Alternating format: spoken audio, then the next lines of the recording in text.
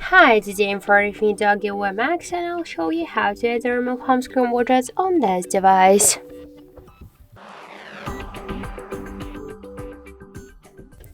So first, you should hold for a while the home screen with your finger, then tap on the widgets icon. After that, you'll see here all of the available applications, what widgets you can add. For example, the calendar application got two different types of the widgets. Just to add the widget to your home screen, you should hold it and drag the widget to the home screen.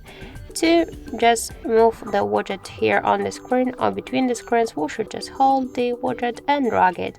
To resize it, just hold it for a while and after that we can make it bigger or smaller. If you want to remove it from the home screen, hold it and drag the remove icon. So thank you for watching, and if you find this video helpful, leave thumbs up and subscribe.